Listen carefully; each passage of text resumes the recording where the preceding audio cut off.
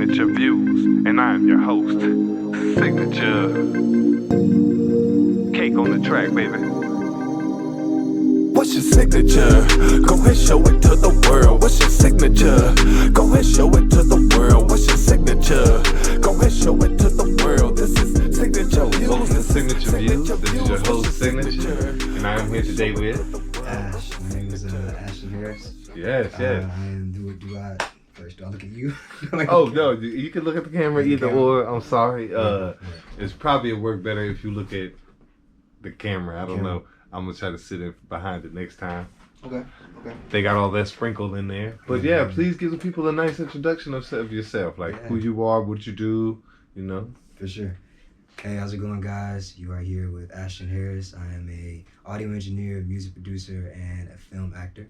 We are here in a wonderful studio, Euphoria Sounds Studio. Give y'all a quiet look around, because it way is beautiful in here. Yeah, man. Me and my friends, Jameson III, and I got Trey. We all built this with our hands, man. All of us put in the time and effort. There's four of us here. Me, Jameson III, Trey, and Professor Beam. All of us make up the engineering and in-house production team at Euphoria. Yes, sir. Yeah, you're rocking with me in the wave room, and I am super happy to be here today. Got you, yo. Thank you, brother. Yeah. Thank you. I'm honored also, man, watching you do your thing musically, you know what I mean? Like, I've heard some of the projects you've touched, and I was very impressed, you know. And also seeing what y'all doing, you know, and also you sharing, you doing the physicality of it all, building the sound panels and things of that nature. Yeah. You know, that's very impressive to someone like me, a big music head, coming from somewhere I call a slight musical desert. Right. But let's get to it. So, are you from Savannah? I'm not. I'm actually from Nashville, Tennessee. Got you. And were your parents musical in any light? Not really. I have other musicians in my family, but everybody else is they've either been like in the medical field or like in the IT field or like something that's like super logistic. But they've all had a creative side, you know what I'm saying? Like yes, my I mom do. was like super talented with like visual things, and my dad has his art in his own way. He's super into gardening. He knows how to really like a beautiful landscape. So that's awesome right there. It's creativity in their own little respects. Very much so. So as always, I know the household that we come from influences our music slightly. So what can you say, how did that affect your musical taste in any light? I don't know. I mean, because to be honest, I mean, like a lot of the music that was playing around my house was more like gospel music, but it was more like my mom listening to Mary Mary. I get it. Like, I have vivid memories of like, it's the God in me. You know what I'm saying? Yeah. I love that song. That's a great song. But yeah, I just have distinct memories of just like hearing that all the time. It's like, she would just be singing that. But that's not really my path. I get it. That turned out to not really be my path. But it's interesting because it sort of kind of is in a way.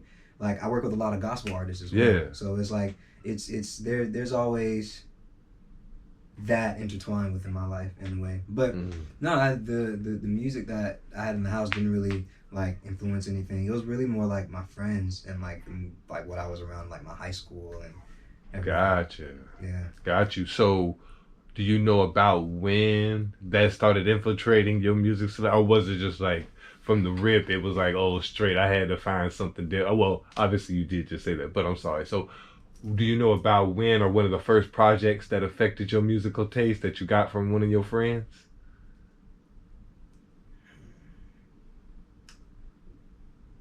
First project that really affected me. I'm trying to I feel like I'm like going through like cobwebs right now. That's how it be sometimes, digging through them depths. Yeah. I think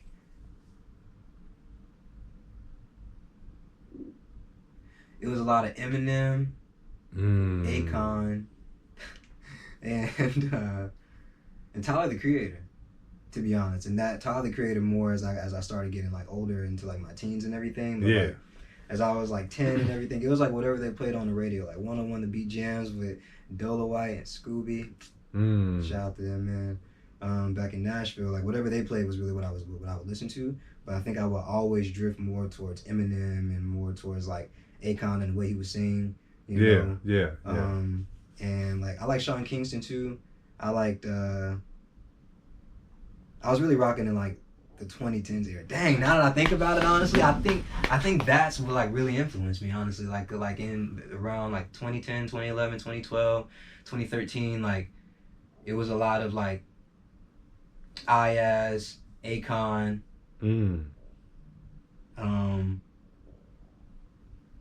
Jason Derulo, like a lot of music that had like synths and like dudes like singing and like doing like sort of kind of R&B, but like the rapping at the same time. Yeah. Dang, I never thought about that. And that's like pretty much what I do now too. See? Dang, I never thought about that. So yeah, so I mean, I guess it was like me doing that. I used to like take my MP3 player and I used to like play songs on my mom's computer. Yeah. And I would just like hold it up to the I would take the little recording side of the little MP3 player they used to have, and I would hold it up to the speaker, or like a reasonable distance. And like that. And just to get the audio so I could play it again and again, because my dad, he would put the songs in my MP3 player. So I would have to tell him what songs I wanted on there. So obviously I can't tell him that I want to fucking Smack That by Akon on there, or That's like some like Deep Cuts by Eminem, where this man is like, you know, going in. So like yeah. Yeah. Oh, so your parents weren't playing that, huh? Nah, they wouldn't play. They definitely weren't. So you had to bump everything in secret, or you just couldn't bump it in the house? I had to bump it in secret. It wasn't like I had to like sneak away and like listen to music, but it was more of like I wouldn't really think about it too much while I was in there. I would push myself to not really think about it too much in the house until I leave, and then I can like go and do everything else. Because for me, it was all about just like keeping the peace. It was all about like, I mean, like I know they don't like it, so it's like, and I know like I'm not at a point to where I can like be like, this is what I like, this is what I want, this is this. Because I was like fucking like 11, 12, 13, 14. Well, I'm glad you had the whereabout to know that, because some folks would have started the war and let it just end bad. Yeah. But that's what's up though. Yeah. Do you remember one of the first CDs you owned, or one of the first projects that you like? Oh, I bought this project. Damn. I bought this CD. My first album that I had, it was in the 8th grade. It was gifted to me. It was a Torah and Moi CD called Anything in Return. Anything in Return. The camera will be able to see what I pull up, right? He had to do the research to show you. This one. I don't know if y'all can see this right here. They should be able to see all that. Yeah, that's coming in. Wait, hold on. It's actually not. I'm going to tilt the camera again.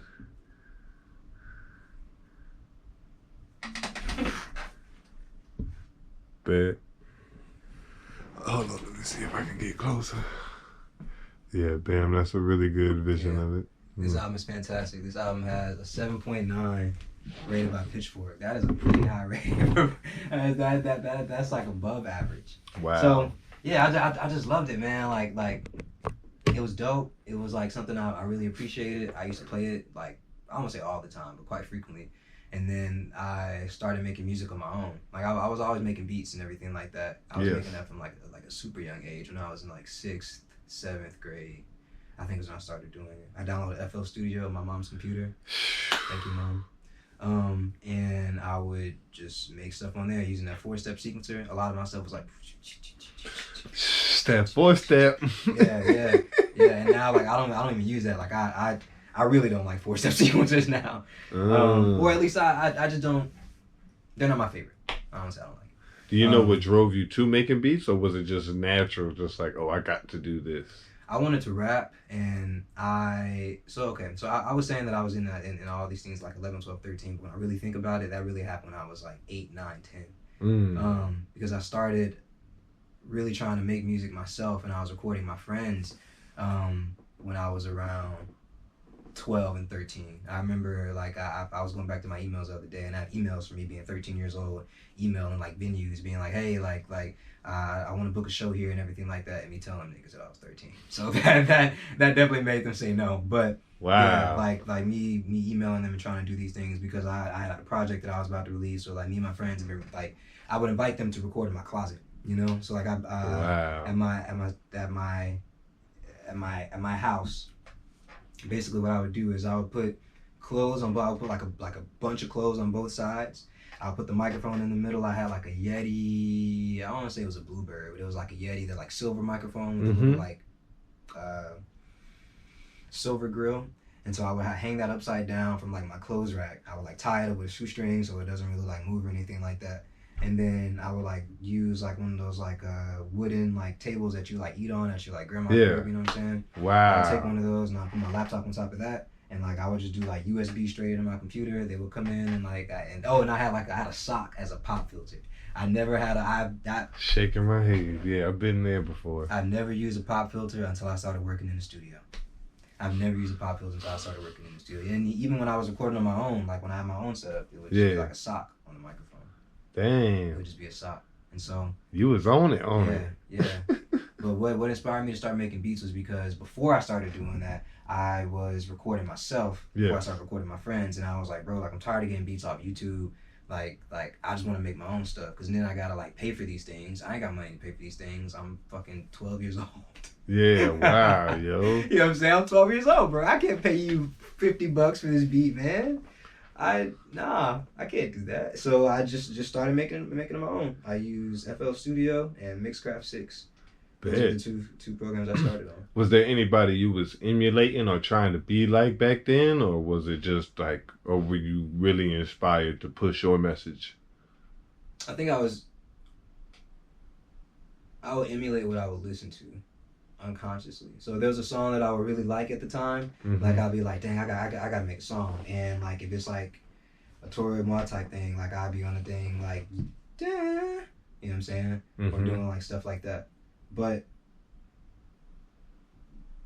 all in all, I think I would be sort of kind of imitating / channeling Tyler the Creator and more like Eminem, because I think I would I don't know, I would just be rapping so brutally at that time, and it just didn't make any sense. Did you have side note question? Do you have a favorite project by Eminem yet? Out of what he's done so far, I'm sorry. No, I don't really have a favorite project. I have like a bundle of songs that like hit me in my stomach, and like I know that like, part. These are those. Yeah, I agree with that heavy. You know? Same with Tyler. Yeah, because when I think about his albums, like they have like all of them are really good. Yes. But they have like 5 songs of it that are like yeah.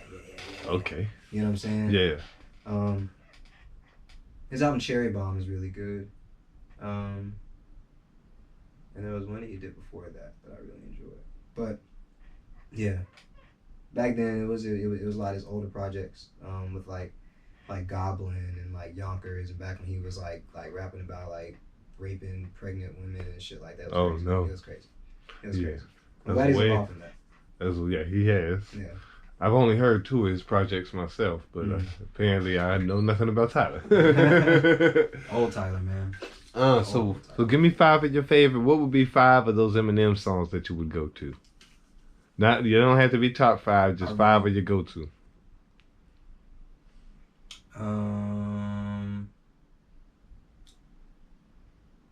Lose Yourself. When I'm Gone is the really big one that like plays in my head. Not Afraid. I used to love Not Afraid because when I used to like run and like do push-ups and all kinds of shit like that to that song. I used to be in there just like, I'm not afraid. And I used to be like in there all kinds of stuff. Oh, that's hilarious. I can't. I can like hear the melody in my head so faintly, but I'm trying to think of the words to the other 2. Those are the 3 I got for you right now. That'll work. Drug Ballad is one of my go-to Eminem songs for me. And Stan. Yeah. Stan was a message I felt like he needed to put out there for all the, the slow folks who didn't get it, and who were purposely misconstruing the art. Right. Gotcha. Can you give me 5 Tyler songs that the public needs to hear? Or that you would put on your Tyler list?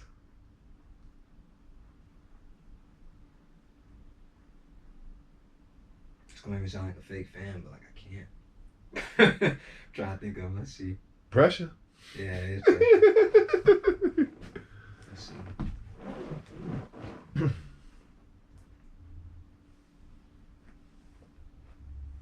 You did name some good albums. Well, you named some albums for folks to go check out. Yeah. Because I didn't get on until Earthquake.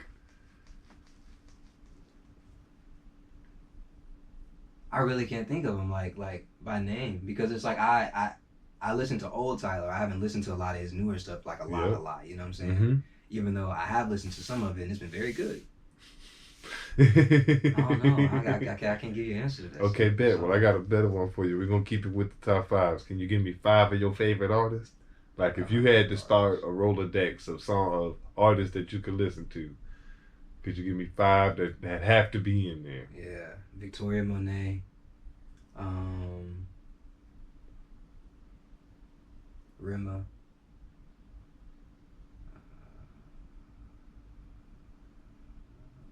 Ty Dolla $ign.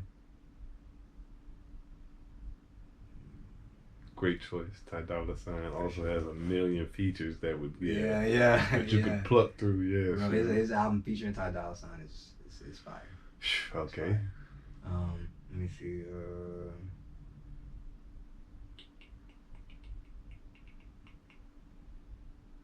else? I feel like I'm doing like a Spotify scroll in my head right now. Use of Days. He's a phenomenal drummer. One more. And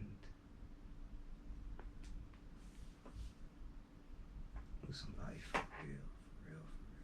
James Fauntleroy. Mm. Yeah. Being that you're from, or being that were you raised in Nashville too? Mm-hmm. Okay, being that you're from Nashville, and that's a very musical city, whether it be country, did that have any influence on your music style or your creating of music? Yeah, most definitely. Even though I started rapping on my own when I was in middle school and high school, I was in a band with my friends, and like shout out to them, Jackson and Connor. I love you guys. I hope you guys are making amazing music right now. You guys are my brothers. And Dominic, shout out to Dom. Bro, that man is an amazing drummer. I've met some phenomenal drummers in my life, but like that dude,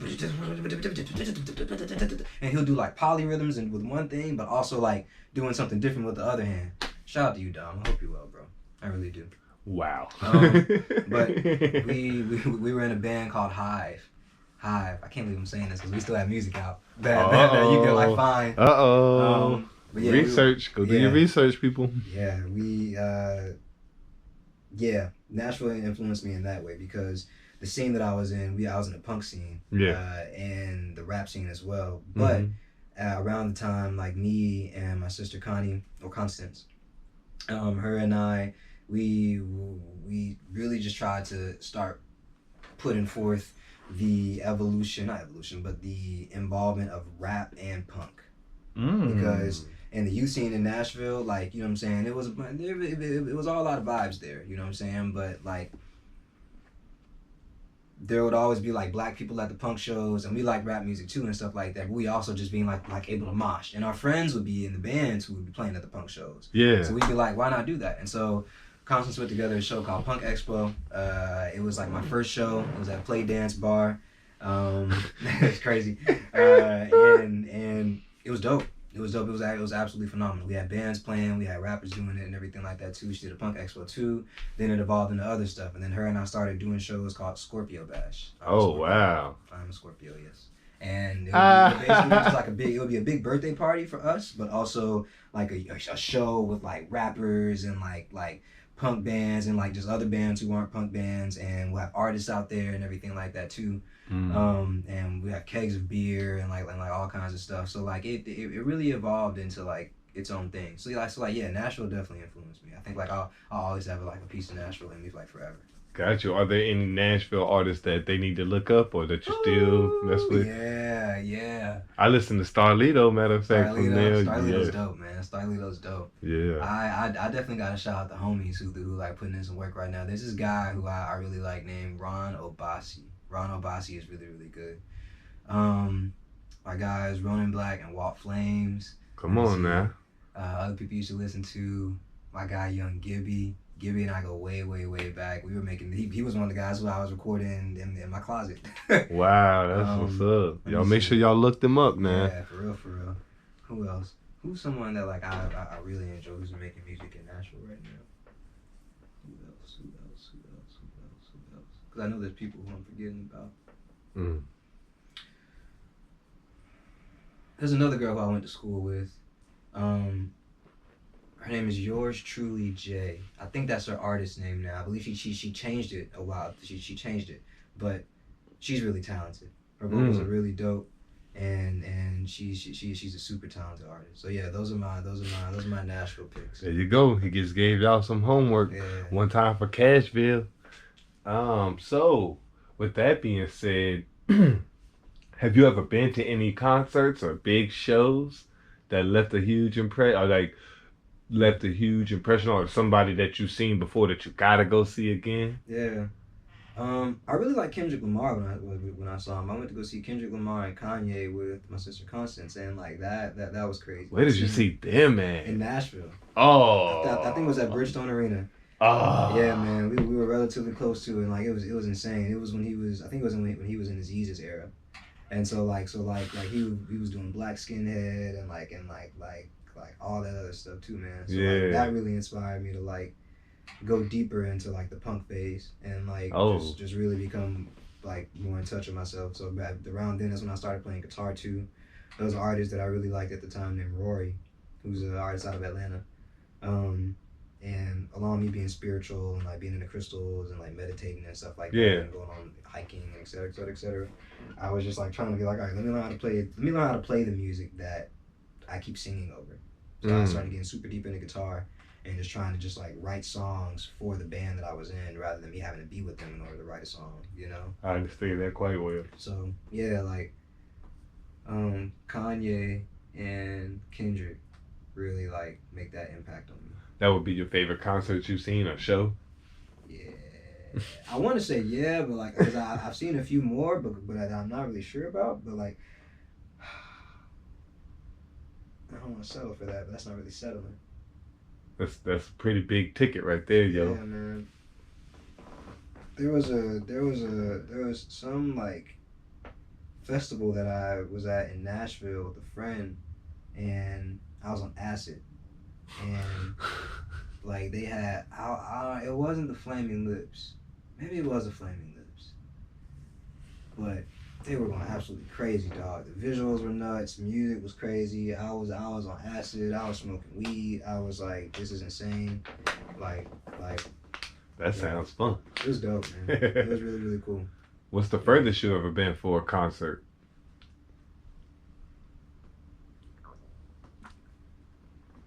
Miami. Oh, I can't believe I forgot about this. Yo. Okay. So what actually influenced me was recently was Afro Nation. I think that's what it's called. Me and my girlfriend went down there and we saw Rema. We saw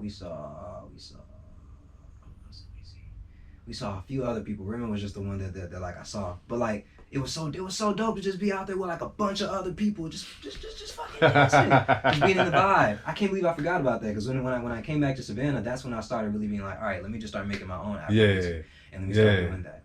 And then that's when I really started diving into it too. Gotcha. You know? And that was a festival? Yeah, that was a festival. I can't believe I forgot about that. So yeah, like all that stuff, like that was dope. But like that is the thing that overrides everything else recently, honestly.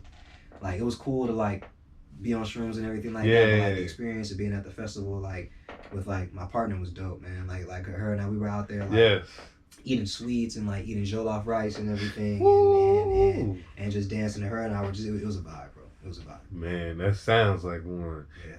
Do you have you ever been to any of the big name festivals like the Bonnaroo's or any of those? Not yet. You do not. Not yet. It'd be cool to go, but like. Truthfully, nothing ever really pulls me enough to like really do that, you know? I get it. It'd be dope, but like I just don't really feel the pull to like do it. I'd rather like see an artist individually. When I can see them at like this huge thing, but like I'd rather not encounter everything that comes with it. I get that the atmosphere compared to the performances, it ain't gonna be worth it for you. it'd be worth it, but it's like for example, I go to Bonnaroo, Yeah. I don't know if I really want to be in traffic for like 2.5 hours. I don't know if I really want to Whoa, shower okay. and everything. I don't know if I want to be in a tent. I mean, like it'd be cool to be in a tent, but like I don't know if I want to like. And there are ways for other people to do these things, but like me knowing myself, like I'll be like, dang man, like it's dope to see all these people, but very real. But there'd be cool experiences that come along with it. So I don't know. I don't know if I would say it's not worth it. Are there any artists you're waiting to catch, or you gotta catch? McGee. There's this artist I've been listening to a lot lately named McGee, and I'm planning to catch him in Nashville. Yeah, man. My girl and I are gonna make a little drive up there. Man, McGee. It's gonna be dope, man. It's gonna be dope. Got you. When's that happening? October. That's all the way. What's up? It's just before the snow comes. Yeah. But Nashville's weird, man. It'll snow in Nashville like in the morning, and it'll be like sunny in the afternoon. Crazy. Got you. So I remember you talked about the punk rock and the rap. Are there any genres that you stay away from, or is it music as a whole for you, or there's some that you lean in? Well, naturally you're gonna lean in some harder than others. Yeah. But are there some that there's some that you go to more than others, or some that you avoid, or is it just music as a whole for you? Music as a whole for me, I go to all genres. I typically prefer R&B and Afrobeats as of lately, and Gotcha. more things that are more like in like something with a melody, and everything has a melody, but something with more of a smoother melody. And by smoother I mean like keys or like guitar playing dun, dun, dun, dun, you know what I'm saying, things like that. But I also like that up tempo stuff too, you know, being able to like groove and stuff. So that's where I flow most. Are there any artists that you were kind of hesitant to get into, and then once you finally heard them, they blew your mind? And if you so, can you name one or two?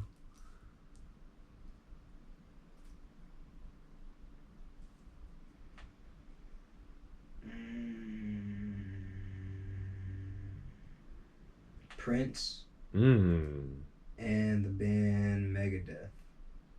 Prince was a very good selection to get into. I gotta still listen to his albums, but yeah, Prince be big jam. That man Prince has literally over 30, 40 plus albums, like in his entire discography. I watched an hour and a half long YouTube video on it the other day while I was building some sound panels. Insane. That man Prince got some stuff going on. R.I.P. man. Yeah, rest in power, man. Yeah, one of the greats. Sure. So, what about Megadeth made you love them once you got into them?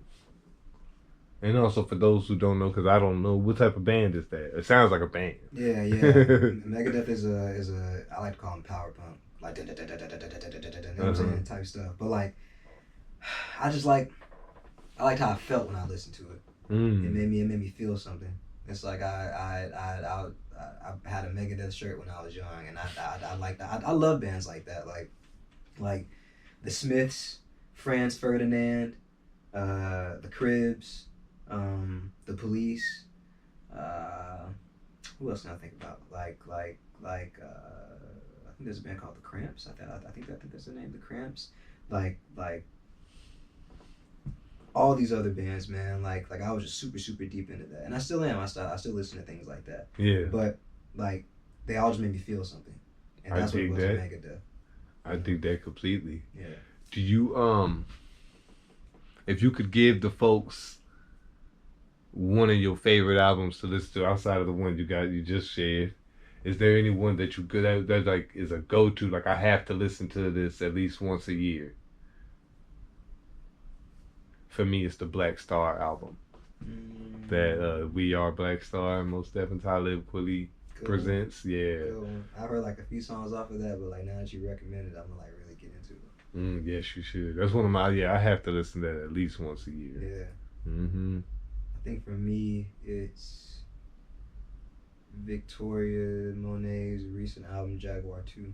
I think like throughout that entire album, the production is dope. Throughout that entire album, the mix is amazing. That influences how I mix music now. Wow. Throughout that entire album, like her writing is dope. Like everything about it is it's like a top notch album. That's crazy because somebody actually just put me on that album not too long ago. Two different people put me on it actually. So yeah, that was a really good listen through right there. Really good album, dude. Yeah. Do you have a favorite piece of music memorabilia, or something that is not directly music, but it's music, like not an instrument or anything like that, but something that is music related that you really love?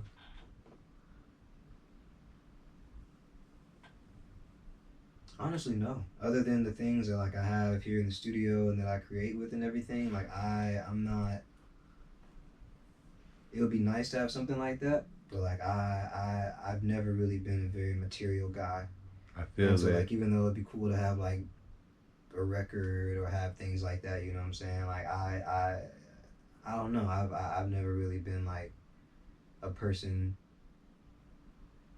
to like hold on, to really seek out things like that. Like it'd be cool to have. It'd be awesome to have things like that. You know what I'm saying? Like I definitely don't want to like shit on that at all. Yeah. It'd be really dope to have like, I don't know, like a signed vinyl copy of Prince's Purple Rain album. You know what I'm saying? That'd be dope. Yeah, that would be huge. Exactly. That but like huge. that's not something that like I would like actively seek out. You know I get it.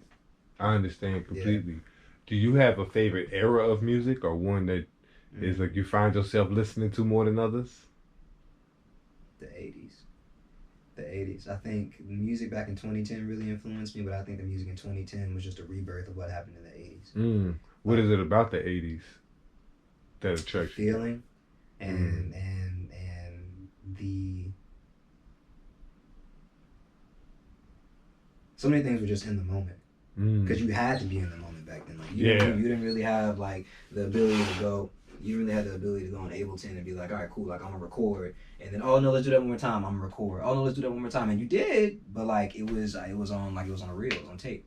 You know what I'm saying? So then the person would have to go and cut the tape, and they would have to go and do all this extra stuff. Like that's a lot, and so more often than not, like they would just go straight through. That's why I like some like Rick James songs and everything like that. Man, that's just a big groove, bro. It's just a big vibe. Like his songs will be like 6, 7, 8, 9 minutes long, and then he'll release an extended mix of it. That's one of the greatest things about listening to those cuts from back then, especially in a pure sense, like on vinyl or something like that. It almost makes you feel like you're in there with them, especially when you're listening on great sound equipment, great speakers, and that matters. That really matters. Got you. So also as a music head coming from hold up. Wait, I'm sorry. I had a stereotypical question I wanted to ask. How did you feel about the Kendrick and Drake beef? Since we brought up Kendrick a little earlier, did you take sides? Yeah. I took sides because I didn't take sides from the beginning, you know what I'm saying? It was more like a let me listen to it. But I mean, I think Kendrick won. You know what I'm saying? I think Kendrick went crazy, obviously. But I think Drake, he tried, and he did some stuff. You know what I'm saying? He had some cool tracks, but Kendrick just like full paint. It's like if you like pull up, it's like if Drake put up like a little poster. You know what I'm saying? Then Kendrick be like, oh, okay, big TV over the little poster. You know what I'm saying? Wow, yeah. People can watch other shit that I did on it too.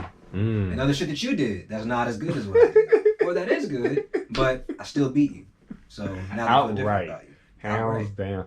Well, for me, I think it's like Drake went against an opponent who was overly ready. Yeah. And especially somebody way out of his realm. That's like Kendrick and Drake, that's two different realms of hip hop. And that's what I respect about it though. For sure. You know. Well, got you. To bring things to a head, man, do you have any projects coming out soon, or you have anything you want to tell the folks about, of yours that you want to make sure they listen to? Yeah, guys, I have music that I've been working on my own, and I have some Calamari songs I'm going to be dropping soon with my guy Jameson III. We're just trying to get some things right with the mix, and we want to shoot some videos, visuals. We are in a visual realm and visual world. So we got visuals and videos on the way for me and for Calamari, and yeah, be ready for that. Got you. How can the people find you right now? You can find me on Instagram at VSHTXN. You can find all my music and anything else related to me or my acting related. Me or my music related, acting related stuff under Ashton Harris. Gotcha. And anything else you want to drop on the folks, or you want to make sure to say? Keep loving and keep living life, man. Like, just be in the moment. That's what it's about. Living, connecting, and just relaxing in what you're doing. Because you find a lot when you try to push past that stuck point that we all get stuck in. So, lock in. There you go. Well, we're going to end it on that note. Appreciate you for stopping through Signature Views and being here with me. Yeah, Holla, y'all make it a great day out there. Welcome to Signature Views, and I am your host, Signature. Cake on the track, baby. What's your signature? Go ahead, show it to the world. What's your signature? Go ahead, show it to the world. What's your signature? Go ahead, show it to the world. This is Signature Views. This is Signature Views. What's your signature? Go ahead, show it to the world. What's your signature? Go ahead, show it to the world. What's your signature? Go ahead, show it to the world. This is Signature Views. This is Signature Views. Baby, sing, do your paint, do your build, do your act. Everybody has something they can add to the fact. What's your mark on the world, aka your signatures? Display your talent, aka that gift of yours. Put it up on view, push it to the planet. Share it while you can, help us understand it. Reaching every corner, even into your section. Exposing you to new while we building our connection, baby. Signature, go ahead, show it to the world. What's your signature? Go ahead, show it to the world. What's your signature? Go ahead, show it to the world. This is Signature Views. This is Signature Views. What's your signature? Go ahead, show it to the world. What's your signature? Go ahead, show it to the world. What's your signature? Go ahead, show it to the world. This is Signature Views. This is Signature Views, baby. What do you do? Add signature.